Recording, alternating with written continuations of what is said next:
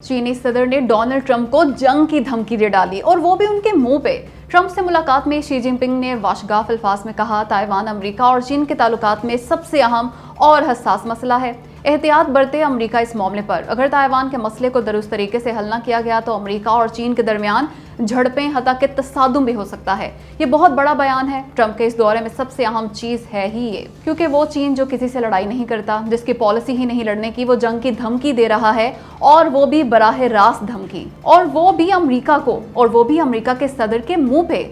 इसके हजार मुतालिब हो सकते हैं। पहला साफ मतलब तो ये कि चीन की रेड लाइन है ताइवान। वो वन चाइना पॉलिसी से कभी पीछे नहीं हटेगा। वो ताइवान को अपना हिस्सा समझता है और इसे साथ मिला के ही दम लेगा। जिसने भी इस मामले में पंगा लिया, चीन उस पर चढ़ाई कर देगा, ख्वाह वो अमेरिका ही क्यों ना हो। इसके अलावा इसका ये मतलब भी है कि चीन इस कदर बड़ी फौजी कुव्वत बन चुका कि वो जंग लड़ सकता है अमेरिका से।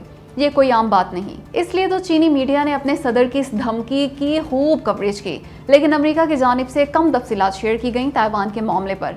खैर, ट्रंप ने अगस्त 2025 में फॉक्स न्यूज को इंटरव्यू में कहा था कि चीनी सदर ने उन्हें यकीन दहानी कराई कि ट्रंप साहब, जब तक आप सदर हैं चीन ताइवान पे हमला नहीं करेगा।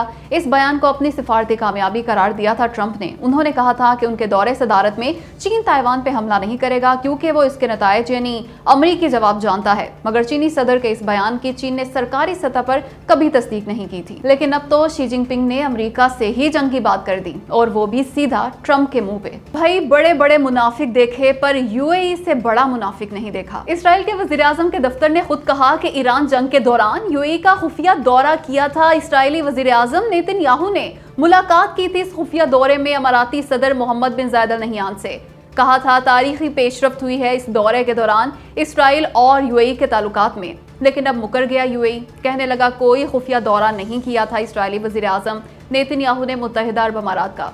बंदा पूछे, आखिर डर किस बात का है? दुनिया भर के मुसलमानों ने शदीद तरीन तनकीद की तो झूठ ही बोल दिया। कम अज कम इतनी अखलाकी जुर्रत तो होनी चाहिए थी यूएई में कि तरदीद ना करता इसकी। खैर, इस तरदीदी बयान में यूएई ने ये बात बिल्कुल दुरुस्त कही कि यूएई के इसराइल के साथ ताल्लुकात पोशीदा नहीं। बिल्कुल दुरुस्त बात है ये, सबको मालूम है। बगल बच्चा है यूएई इसराइल का। और हाँ, बहुत बुरी लगी होगी ये तरदीद इसराइल और उसके वजीर आजम नेतन्याहू को। इसका बदला वो किसी वक्त भी ले सकते हैं यूएई से। वैसे भी मुत्तहिदा अरब अमारात को ये बात समझनी चाहिए कि वक्त आने पर इसराइल उसकी भी आत्मा रोल देगा, खुशामद काम नहीं आएगी। यूएई ईरान पे हमलों में बराह रास्त मुलविस था। पहली बार ईरान ने सरकारी तौर पे कह दिया कि यूएई हमले करता रहा ईरान पे। ये सब कहा ईरानी वजीर खारजा अब्बास इराक्ची ने, और वो भी यूएई के दोस्त मुल्क इंडिया में। नई दिल्ली में ब्रिक्स वज़ीर खारजा इजलास में यूएई की शर्मनाक हरकतें बेनकाब की अब्बास इराक्ची ने। कहने लगे, पहले यकजहती की वजह से नाम नहीं लिया था यूएई का, मगर यूएई हमले करता रहा ईरान पे, और जब अमेरिका और इसराइल ने हमले किए ईरान पे तो यूएई ने मजम्मत तक न की, बल्कि वो तो खुद मुलविस रहा ईरान मुखालिफ कार्रवाइयों में। असल में अमेरिकी अखबार वॉल स्ट्रीट जर्नल ने सबसे पहले ये खबर दी थी कि यूएई ने भी हमले किए ईरान पे। उसके बाद अब ईरान ने तस्दीक की है इस खबर की। खबर अब तो खुल ही गई तो यूएई मजलूम बनना छोड़ दे। उसने ईरान पे हमलों में ना सिर्फ मदद की बल्कि खुद भी करता रहा अटैक्स ईरान पे।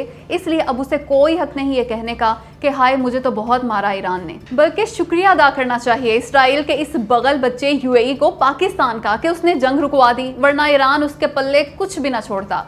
खैर, अब्बास इराक्ची का मजीद कहना था कि यूएई ईरान के मुतालिक अपनी पॉलिसी पर नजरसानी करे, मगर लिख लें कभी नहीं करेगा। बस इसराइल का बगल बच्चा बना रहेगा ये नाम नेहाद बरादर इस्लामी मुल्क। दोस्तों, पाकिस्तान ने फतेह सीरीज के एक और मिसाइल फतेह 4 क्रूज मिसाइल का कामयाब तजुर्बा कर दिया। ये इंतहाई खतरनाक और मोहलिक हथियार है जो किसी भी एयर डिफेंस सिस्टम का सर ले जा सकता है। अगरचे एक फतेह 4 ही काफी होता है दुश्मन के एयर डिफेंस सिस्टम समेत किसी भी टारगेट को तबाह करने के लिए, लेकिन एक वक्त में कई एक फतेह 4 मिसाइल फायर किए जा सकते हैं। यूं फतेह 4 से बचना नामुमकिन है, दुश्मन के लिए नामुमकिन। इसकी रेंज की बात की जाए तो हतमी तौर पे कुछ नहीं कहा जा सकता, क्योंकि ISPR ने तफसीलात जारी नहीं की, लेकिन माहिरीन का अंदाजा है कि कम अज कम 750 से 1000 किलोमीटर रेंज हो सकती है इसकी। इंतहा से ज्यादा खास बात यह है कि इतनी ज्यादा रेंज के बावजूद ऐन निशाने लगता है ये। सिर्फ और सिर्फ 5 मीटर का फर्क हो सकता है टारगेट से। ये इतनी ज्यादा एक्यूरेसी है कि बस इससे ज्यादा एक्यूरेसी मुमकिन ही नहीं शायद, यानी ऐन निशाने पे लगता है ये। और चूंकि ये जमीन के बिल्कुल करीब परवास करता है इसलिए रेडार से भी बच निकलता है। खैर, पाकिस्तान के पास फतेह 5 तक मिसाइल हैं और ये तो वो मालूमात हैं जो किसी ना किसी तरह पब्लिक हो गई। अल्लाह जाने सिर्फ फतेह सीरीज के ही कितने वेरिएंट्स हैं हमारे पास, फतेह 10 तक या फिर उससे भी आगे तक। अनमोल पिंकी का ताल्लुक इमरान खान से है। कोकेन फराहम करती थी अनमोल पिंकी इमरान खान को। यकीन नहीं आता तो ये तस्वीर देख लो अनमोल पिंकी की इमरान खान के साथ। दोस्तों, ये इंतहा से ज्यादा झूठा बयानिया बनाया जा रहा है इमरान खान के खिलाफ। बकवास है ये, बकवास। कोई ताल्लुक नहीं इमरान खान का अनमोल पिंकी से। बस सियासी मुखालफत में इमरान खान के खिलाफ मनफी कैंपेन कर रहे हैं कुछ लोग। जहां तक ताल्लुक है इस सेल्फी का, तो इमरान खान है पब्लिक फिगर। जब वो जेल में नहीं थे तो उनसे रोजाना बेतहाशा लोग मिला करते थे। जाहिर है सेल्फीज भी लेते थे उनके साथ, बिल्कुल उसी तरह जैसे दीगर सेलिब्रिटीज और सियासतदानों के साथ लेते हैं। लेकिन इसका ये मतलब तो नहीं कि किसी सेलिब्रिटी के साथ तस्वीर बनाने वाले हर शख्स को वो मशहूर शख्सियत जानती हो, ताल्लुक हो या दोस्ती हो दोनों के बीच। बहुत से जराइम पेश अफराद की तस्वीर आपको शायद हर बड़े सियासतदान के साथ मिल जाएं। ऐसे में उस सियासतदान या सेलिब्रिटी का कोई कसूर नहीं होता।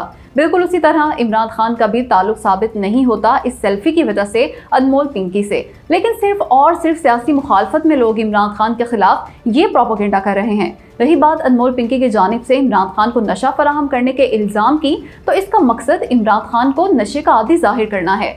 ये भी झूठा प्रोपेगेंडा है जो अरसे दराज से किया जा रहा है इमरान खान के खिलाफ।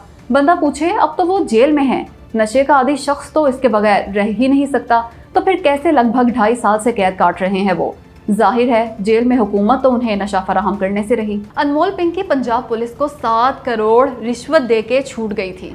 जी हाँ दोस्तों, सिंध और पंजाब दोनों सूबों की पुलिस के जराये ये कंफर्म कर रहे हैं कि 5-6 साल पहले अनमोल पिंकी को पंजाब पुलिस ने गिरफ्तार किया था। बस फिर क्या था, पिंकी ने कहा मुकमका करें। उसी वक्त 20 करोड़ मांगे थे पंजाब पुलिस ने रिहा करने के, मगर पिंकी ना मानी, बोली ये बहुत ज्यादा रकम है और फिर 7 करोड़ में डील हो गई थी। मगर पंजाब में क्या कर रही थी अनमोल पिंकी? तो हुआ ये था कि 2019 में उसके खिलाफ कराची में FIR दर्ज की गई थी। पुलिस ने छापे मारने शुरू किए उसे पकड़ने के लिए। उसका जीना दो भर कर दिया था। पहले तो ये कराची में ही अंडरग्राउंड हो गई थी, मगर तब भी बात ना बनी। आखिरकार तंग आके लाहौर आ गई थी, मगर सिंध पुलिस ने लाहौर में भी पीछा ना छोड़ा उसका। पंजाब पुलिस को कहा उसकी गिरफ्तारी में मदद करें। पंजाब पुलिस ने अड़ी चोटी का जोर लगा दिया अनमोल पिंकी को पकड़ने में और फिर पता चला लिया उसका। लेकिन सिंध पुलिस को कानो कान खबर ना होने दी। पंजाब पुलिस खुद आ गई उसे गिरफ्तार करने ताकि करोड़ों कमा सके। और फिर ऐसा ही हुआ, अनमोल पिंकी को गिरफ्तार कर लिया पंजाब पुलिस ने और 7 करोड़ लेके छोड़ दिया। ना तो उसकी गिरफ्तारी जाहिर की और जाहिर है ना ही पर्चा काटा। मगर सिंध पुलिस को पता चल गया था कि ये कार्रवाई डाली है पंजाब पुलिस ने, लेकिन अपने पेटी भाइयों के खिलाफ वो भी खामोश रही। और फिर अब अनमोल पिंकी की गिरफ्तारी से ये सब कुछ सामने आ गया।